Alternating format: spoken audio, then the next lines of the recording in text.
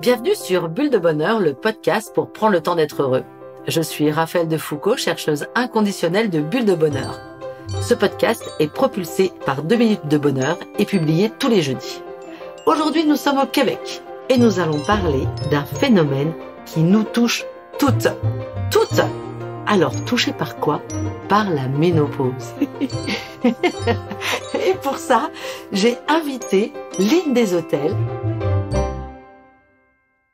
Bonjour Lynn. Bonjour Raphaël. Alors Lynn est juste passionnante, vous allez le voir, et elle est co-auteure du livre Mieux vivre la ménopause grâce à l'alimentation et aux hormones, et c'est paru aux éditions de l'Homme. Effectivement, ma belle Raphaël, et c'est disponible dans quelques pays en Europe. Exactement, donc disponible au Québec évidemment, mais disponible aussi France, Belgique et aussi la Suisse. Exactement, Raphaël. Donc merveilleux, donc c'est une vraie joie pour nous de t'accueillir derrière le micro de Bulle de Bonheur.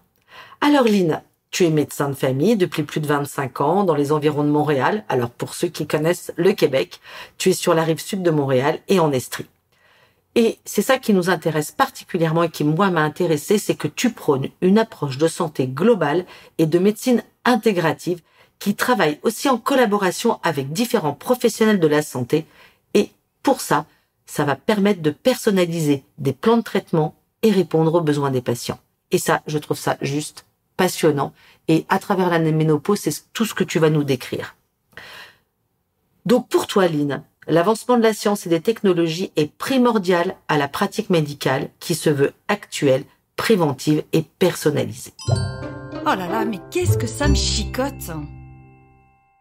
Alors, justement, parlons de ménopause. Alors, la ménopause, on le sait toutes, ou en fait, on le sait où on l'a vécu. Elle entraîne un débalancement hormonal et ce déséquilibre amène tout un lot de symptômes incommodants. Des bouffées de chaleur, des sueurs nocturnes, des insomnies, prise de poids, irritabilité, difficultés d'ordre sexuel, vieillissement de la peau et déclin cognitif. Ouais, ça fait pas très envie, quand même. Et heureusement, il existe des solutions pour minimiser ces symptômes, qui est l'hormonothérapie et la saine alimentation. Et c'est ça que Lynn, tu défends et que tu défends à travers ton livre. Absolument. En fait, je l'ai écrit avec Isabelle Huot, qui est docteure en nutrition. Et notre collaboration a amené vraiment un regard très intéressant parce qu'il y a bien des façons de moduler nos hormones. Tous les symptômes que tu décris, Raphaël, oui, il y a des femmes qui les vivent vraiment intensément, mais d'autres qui passent à travers la ménopause, parce que la ménopause, c'est pas une maladie. Hein? Ah, tu as raison, je suis d'accord avec toi. C'est pas une maladie, c'est une phase de transition hormonale. Alors, il y a des changements qui s'installent, qui peuvent s'installer sur 5, 10, 20 ans. Ça peut commencer dès la mi-trentaine, Raphaël. Wow. Et c'est très tributaire de nos habitudes de vie. Pourquoi? Parce que on va probablement provoquer des plus grands débalancements quand on est bombardé de stress chronique, quand on ne dort plus. Alors, ça précipite parfois des symptômes qui sont plus sévères chez certaines personnes. Donc, tu es en train de me dire que les femmes qui sont très stressées et qui ont du mal à dormir, qui ont des insomnies, risquent d'avoir des ménopauses précoces. Absolument. Okay. Parce que les hormones travaillent entre elles. Alors, quand on parle de ménopause, de transition hormonale, on parle de la baisse progressive de certaines hormones, dont les hormones sexuelles. Et les hormones sexuelles ont des rôles à jouer multisystémiques, c'est-à-dire que elles visent plusieurs organes. Hein. Donc, si on a un débalancement hormonal, ça c'est mon discours, hein, un débalancement hormonal. Faut pas dire on est en manque ou pas d'hormones, c'est une baisse qui est progressive et entre elles jouent des rôles complémentaires, les hormones. Donc, si une manque à l'appel, les autres vont vouloir compenser. Et là, ça crée des déséquilibres ailleurs. J'ai nommé, entre autres, une hormone qui est très, on entend beaucoup parler de cette hormone-là, le cortisol. Oui, tu sais, quand l'hormone on parle, du stress. Absolument. Quand on parle de stress chronique, on parle du cortisol. Mais trop, c'est comme pas assez. Quand on a trop de cortisol, on est énervé, on est fébrile, on est en inflammation. Et quand on en manque, on est en fatigue chronique où on est complètement à plat. OK. Et on peut avoir des douleurs partout. Donc, chacune a des rôles importants, mais ce qui est important de retenir ici, c'est l'équilibre. Et l'équilibre peut arriver avec de saines habitudes de vie. On peut moduler pour atténuer cette baisse progressive hormonale. Et alors, du coup, si je comprends bien, donc une femme qui va avoir un niveau de cortisol assez élevé, elle, du coup, il va y avoir une compensation ou une accélération d'estrogène, progestérone, qui sont les hormones qui sont liées, du coup, au cycle féminin, c'est ça? Absolument. En fait, aussi, pour revenir un petit peu au phénomène de la ménopause, si on veut revenir, il y a des phases à la ménopause. Alors, c'est la première question que je voulais te poser, c'est quelles sont les 3 phases de la ménopause? Donc, on parle de préménopause, donc toutes les années qui précèdent la ménopause. Donc, c'est cette phase-là où il y a une baisse progressive des hormones sexuelles parce qu'on s'éloigne de l'âge de la reproduction. Alors, il va y avoir une baisse de la progestérone qui va être beaucoup plus rapide que les estrogènes qui sont produits à chaque ovulation. D'accord. Et ce débalancement-là, dans la deuxième partie du cycle menstruel, va provoquer les symptômes qu'on connaît. Bon, des syndromes prémenstruels plus flamboyants, des insomnies, des bouffées de chaleur, bref. Moi, j'appelle ça le syndrome du Dr. Jekyll and Mr. Hyde. Hein? On a comme 2 personnalités. Ça, c'est sûr. Et voilà, on a nos périodes et puis là, la vie redevient belle. Parfois, ça peut être très difficile à gérer. Et je te dirais que les symptômes les plus fréquents pour lesquels on nous consulte en préménopause, c'est des symptômes de santé mentale. Les femmes sont souffrantes, sont anxieuses et on médicalise une condition qui est due à un débalancement hormonal. Okay. On psychiatrise les femmes souvent en préménopause. La ménopause, elle, les ovaires, l'usine qui produit les hormones sexuelles est fermée. Alors, Terminé. Hein? Alors, ce qui arrive, c'est que oui, on a des symptômes, mais avec un certain temps, une certaine période, on va retrouver un certain équilibre à l'intérieur. Donc, peut-être être un peu moins symptomatique, mais encore là, chaque personne est unique. Hein? Chaque personne peut avoir une génétique, un environnement, des besoins différents.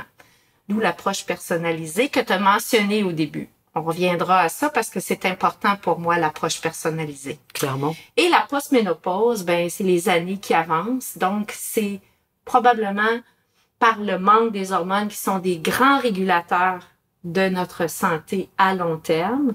On va vivre la baisse de toutes les hormones progressives avec l'âge et on a des risques de développer certaines maladies. L'autre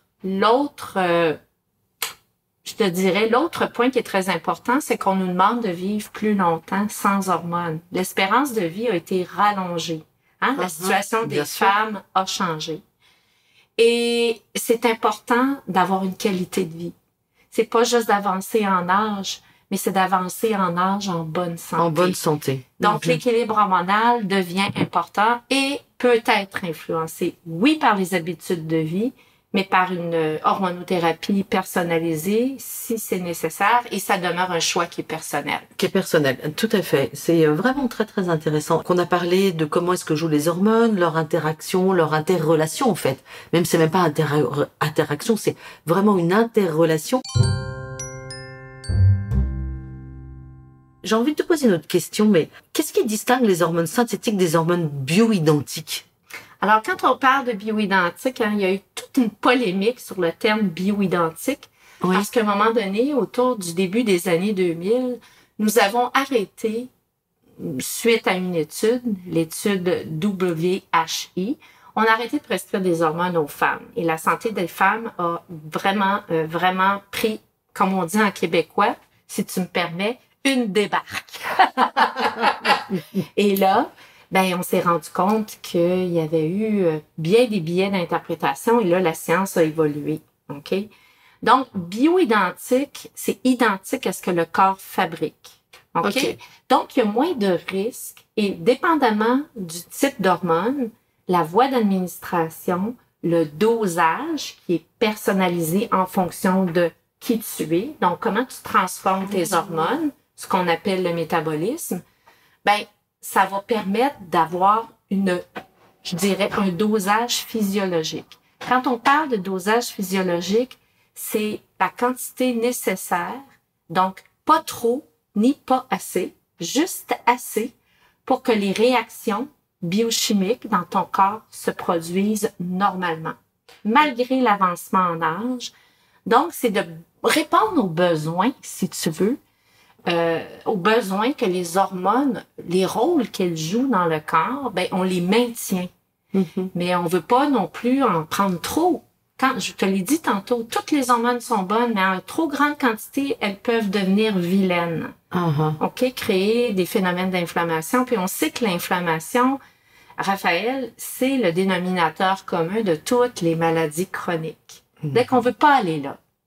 Donc, c'est là le but de faire une approche personnalisée, bio-identique préférablement, avec des voies d'administration qui sont plus santé. Parce qu'on connaît pas la fonction du foie de tout le monde. On n'analyse pas tout dans le détail ce qui nous habite. Donc en fait, si je comprends bien, toutes les personnes que tu vas accompagner dans cet accompagnement de la ménopause, tu vas faire un bilan de santé complet. Tu vas regarder comment fonctionne le foie, comment sont les autres hormones, etc.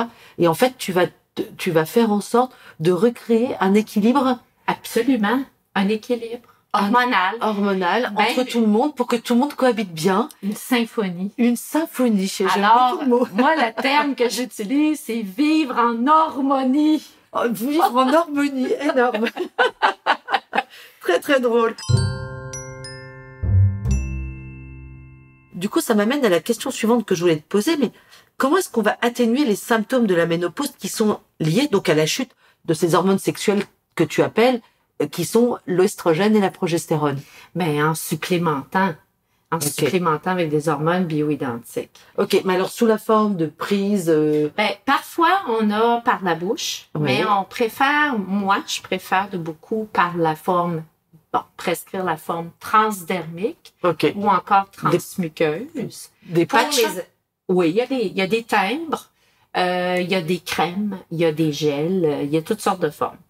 Et aussi, on sait que c'est pharmaceutique. Ça peut être pharmaceutique, donc distribué par des pharmacies normalement, mais on peut faire des formulations qui sont ajustées sur mesure, dépendamment de la personne qui les prend, les effets bénéfiques versus les effets négatifs de l'hormonothérapie.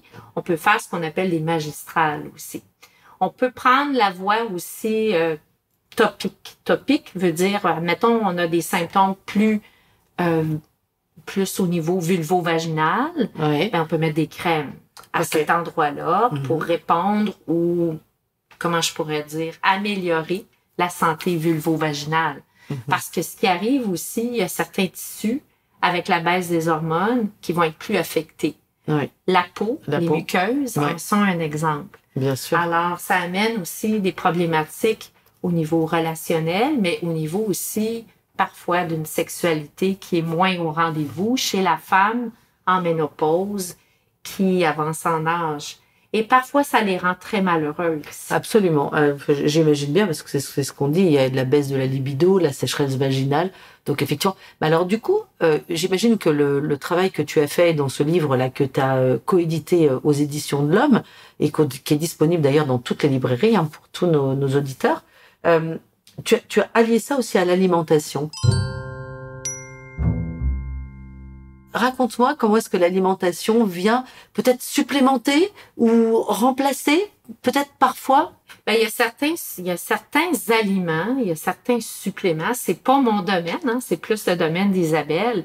Mais on sait aussi qu'avec la périménopause, autour de la ménopause, le métabolisme, donc comment on transforme tout ce qui rentre dans notre bouche, change. On essaie de compenser ou de produire autrement. Alors, il faut adapter notre alimentation en fonction de notre périménopause. D'accord, si donc stop au saucisson. Les charcuteries et l'ennemi juré, Raphaël, c'est le sucre. Tout ce qui est équivalent sucre est à éviter. Mais c'est pas évident toujours, non. parce qu'on manque d'énergie, puis le sucre, c'est une source d'énergie qui est facilement accessible. Alors, on manque d'énergie, on a le goût de manger plus de sucre, on tolère moins l'alcool, c'est un exemple, parce que on biotransforme pas l'alcool de la même façon. On va essayer de faire aussi du dépôt de gras, parce que dans le gras, on fait des hormones. Alors, si on est en grand manque d'hormones progressivement, ben on va avoir tendance, dépendamment de qui on est, à faire du gras pour fabriquer des hormones en moins grande quantité. D'où la prise de poids. D'où la prise de poids, souvent au niveau de la ceinture abdominale. Mm-hmm. Donc, il y a des suppléments. On a souvent entendu parler du soya. On a souvent entendu parler de d'autres types d'aliments qui peuvent aider à atténuer la symptomatologie reliée à la transition hormonale qui est la périménopause. Mm-hmm. Mais ça ne remplace pas. Donc, à la longue, on va être en manque d'hormones. Et comme j'ai dit précédemment, ces hormones-là ont des rôles importants à jouer, multisystémiques. Tu parlais des symptômes tantôt, hein? Mais tout le déclin cognitif, quand on parle de la mémoire, l'attention, la concentration, combien de femmes viennent me voir? « Hey, docteur, j'ai peur de devenir folle. » Ou « j'ai peur de devenir... on parle de maladie d'Alzheimer, par exemple. Alors, on se reconnaît plus. On a de la difficulté parfois même à fonctionner au niveau du travail. Notre caractère change, donc nos relations, ça a un effet ou un impact sur nos relations, nos comportements, effectivement. Alors, les hormones ont un grand rôle à jouer au niveau neurologique, au niveau psychologique. Hein? Toi qui prône le bonheur, hein, à travers tes podcasts. Alors, il y a des hormones ou il y a des neurohormones de bonheur. Ah, bah, ça, c'est alors, sûr. c'est hein. tout interrelié, tout ça. Ah, bah, donc, on dit, un peu de dopamine, de sérotonine, tout ça. Dopamine, sérotonine, ocytocine. Ouais. Tout ça, ça fait aussi baisser un peu le niveau de cortisol. Absolument. Qui était quand même une bonne chose. Et retrouver ces équilibres, c'est vraiment important. J'avais encore une question, parce que là, du coup, j'en ai plein là qui me viennent. Comment est-ce qu'on peut modifier ses habitudes de vie pour prévenir toutes les maladies chroniques et vieillir en bonne santé? Ben, je te dirais que le premier facteur de prévention, c'est nos habitudes de vie.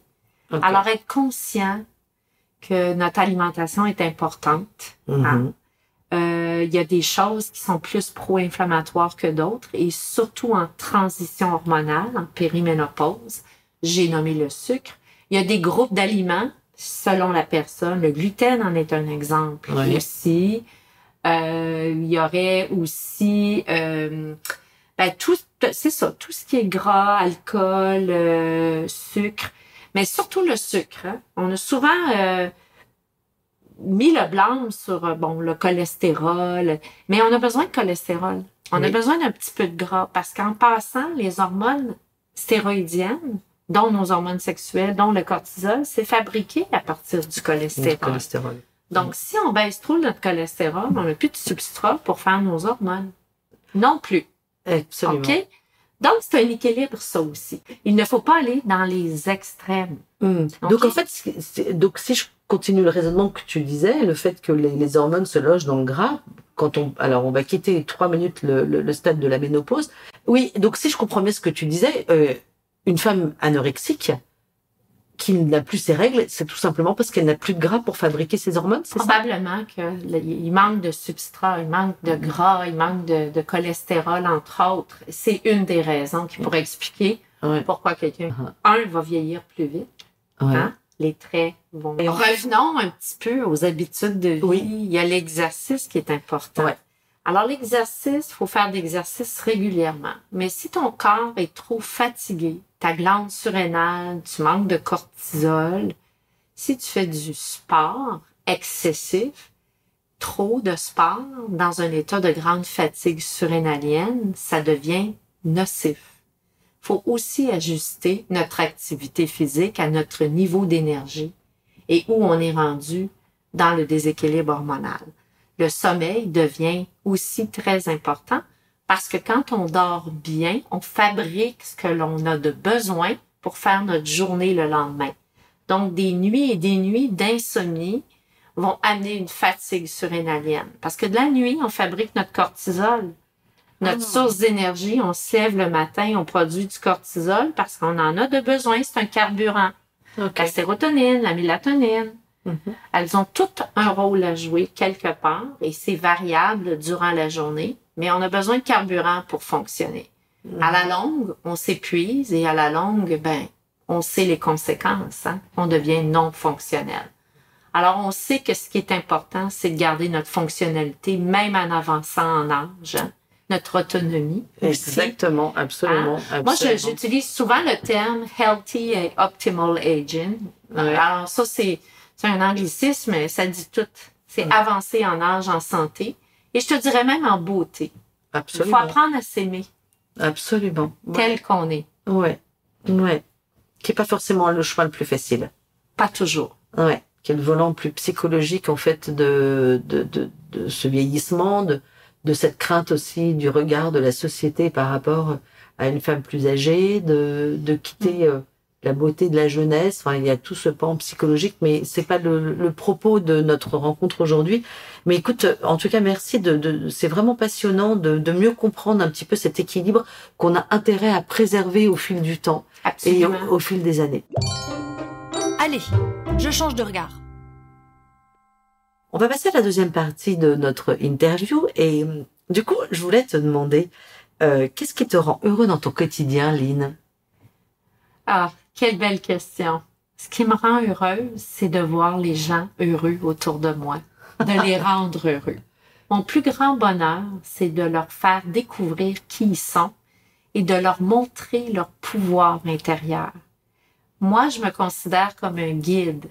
Alors, je les accompagne, mais de les réveiller, de les conscientiser sur qui ils sont, qui apprennent à se connaître, à être conscients de tout le pouvoir qu'elles ont ou qu'ils ont à l'intérieur d'eux ou d'elles-mêmes. Quelle belle récompense! Alors moi, je suis un guide et je travaille en partenariat avec mes patients. J'aime beaucoup dire à l'autre quelle belle personne tu es, les faire grandir, les faire s'aimer. Alors c'est ça mon bonheur. À tous les jours, je fais du bien à des gens et ça me rend heureuse. Ben voilà, tu as quelque chose, on parlait tout à l'heure de cette médecine intégrative à laquelle tu es très, très attachée et on le retrouve bien dans tes propos. Tes patients ont de la chance, beaucoup de chance.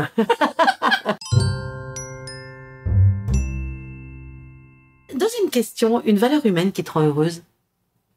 Une valeur humaine. Qui me rend heureuse, l'amour, Ouais. la bienveillance. Je sais pas si c'est une valeur ou c'est une attitude ou... Oui, c'est une valeur, avoir une attitude de bienveillance, de vouloir le bien aux autres. Éloigner la colère, éloigner l'envie, ne pas être dans cette... Chacun on a droit au bonheur, chacun on a droit d'être qui on est. Accepter la différence aussi, que tout le monde n'est pas pareil, ne pas vouloir contrôler l'autre, le convaincre de nos valeurs, accueillir l'autre dans sa différence, très important, et dans l'amour. L'amour pour moi, c'est mon leitmotiv, c'est depuis que je suis toute petite que je réalise que ce qui me motive, c'est l'amour. Je fais les choses par amour et je le dis consciemment et c'est vraiment ça que je veux dire. Parce que c'est pas évident de définir l'amour. Pour bien des gens, c'est quoi aimer? C'est tout simplement vouloir le bien de l'autre, vouloir que l'autre soit bien. Pour moi, c'est... Et en toute liberté, on a le droit d'être qui on est. Absolument. Bon, je redis encore que tes patients ont de la chance. Troisième question, un événement qui t'a rendu particulièrement heureuse? Un événement qui m'a rendue heureuse dans ma vie, le plus bel événement, le plus beau cadeau de ma vie, c'est la naissance de mon fils. J'ai eu mon fils tardivement. J'ai eu une ménopause précoce, à 44 ans, mais j'ai eu mon enfant à 39 ans. Donc, mon étape entre le postpartum et ma ménopause, mon fils avait 5 ans à peu près quand j'ai tombé, j'ai été ménopausée chirurgicalement. Mais la naissance de Laurent, ça a été un très, très grand bonheur pour moi. Très, très grand bonheur. Je m'en rappelle encore comment j'ai été envahie. Je suis même pas capable de le décrire, de cette béatitude, de cette... tu sais, t'es même plus présente à ton corps. Alors, le plus grand bonheur, c'est mon enfant, mon garçon qui a maintenant 21 ans, que j'adore et qui devient une tellement belle personne, bienveillante, quelqu'un qui prend soin des autres dans cette société qui est un peu perdue, hein, on va se le dire. Alors, je suis très heureuse de ça. Et un deuxième événement, parce que je veux en parler, c'est important pour moi. Tu parles d'amour, de bonheur. Souvent, tu es impliquée dans le mariage. Mais à 50 ans, je me suis mariée avec moi-même. Un vrai mariage. Alors, je consultais une coach à l'époque. Ouais. Et je me suis vue en mariée au travail. Et je lui en ai parlé.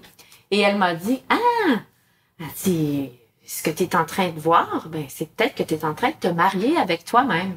Alors, puis j'avais pas 50 ans quand j'ai eu cette vision-là. Et je lui ai dit, c'est tellement une bonne idée que je vais le faire à 50 ans. Et je l'ai réalisé. Et tu l'as réalisé? Absolument. Alors, j'ai organisé un mariage, un vrai mariage, robe de mariée, chez un ami. Il y avait un band de jazz, il y avait le traiteur, la musique, la fête, l'amour.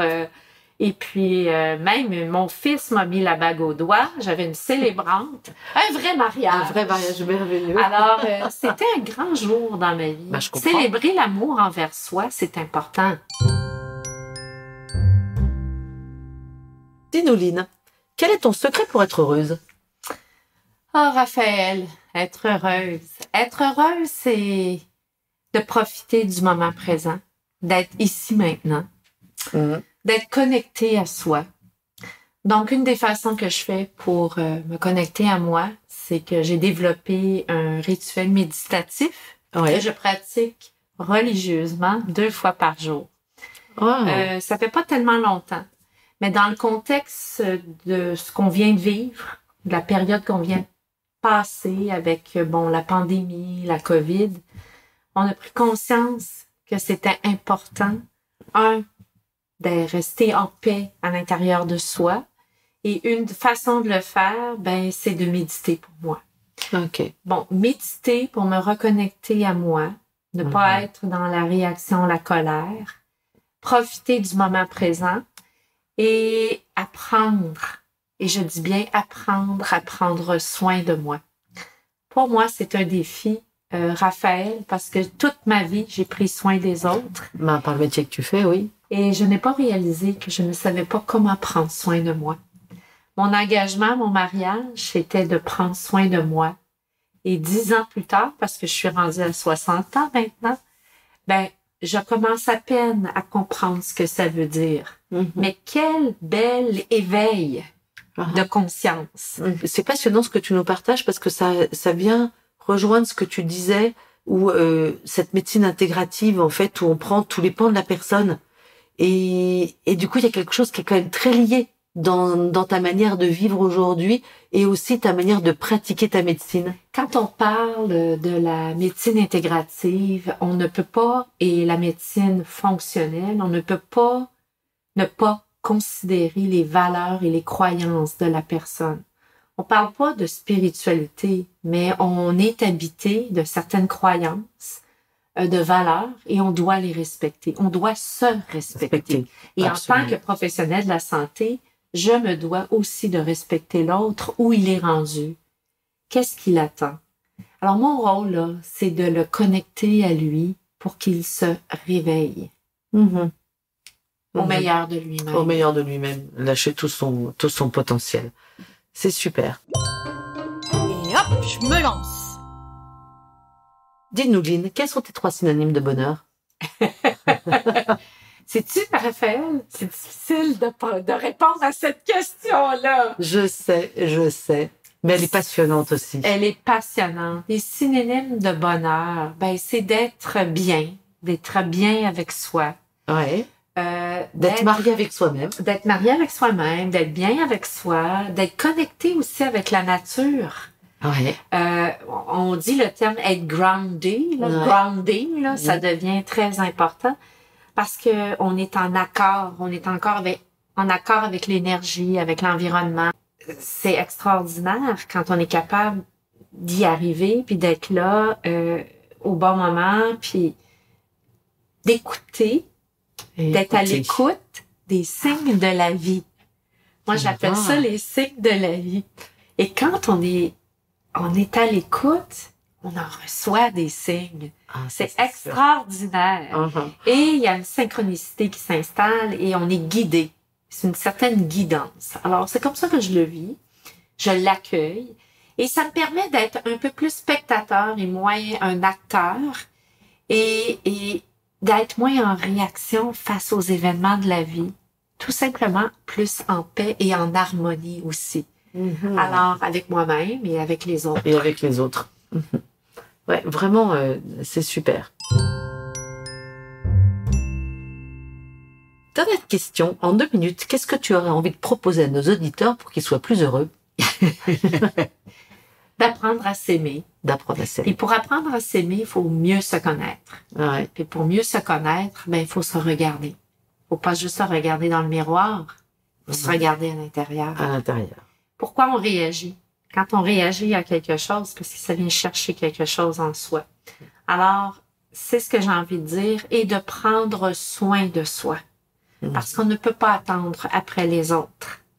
Il faut s'occuper de soi, de son bonheur, de sa personne, et vraiment apprendre à s'aimer pour mieux aimer les autres. Pour mieux aimer les autres. Et l'amour est important en ce moment autour de soi. Il faut rester des humains, Raphaël. Tout à fait. Tout On à est fait. dans une ère où on semble être déshumanisé ou tendre vers une déshumanisation. Et moi, j'ai choisi le clan des humains.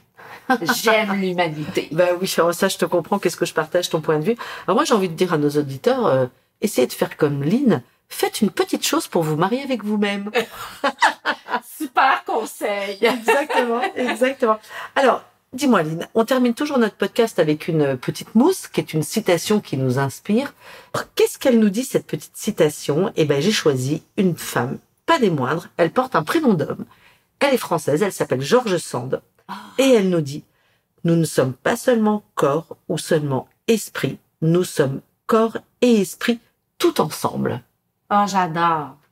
Ça rejoint ce que je viens de te dire. Exactement. C'est parfait. J'adore. Merci de m'avoir invité, Raphaël. Écoute, Lynn, c'est vraiment une vraie joie de t'avoir eu et je trouve que c'était un podcast particulièrement intéressant, très, très riche, à la fois humainement et médicalement. Donc, quelque chose de très intégratif. Donc, merci, Lynn. Alors, on aura un prochain rendez-vous, Raphaël. Oui. Parce que moi aussi, je vais t'interviewer. Et ben, il faudra aller l'écouter sur tous les réseaux. Alors, à très bientôt, Lynn. À Merci, très bientôt, Raphaël. Avec Bulle de Bonheur, prenez le temps d'être heureux. Merci pour votre écoute. Si vous avez aimé, dites-le nous avec 5 étoiles. Laissez vos commentaires et envoyez des bulles de bonheur à vos amis et partagez ce podcast. Inscrivez-vous à la newsletter en allant sur notre site 2 minutes de bonheur pour être notifié des prochains épisodes. C'est aussi très facile de nous trouver sur les réseaux sociaux, Facebook et Instagram. Il suffit de chercher 2 minutes de bonheur. Bulle de bonheur est propulsé par 2 minutes de bonheur, des outils pour créer du lien et prendre le temps d'être heureux.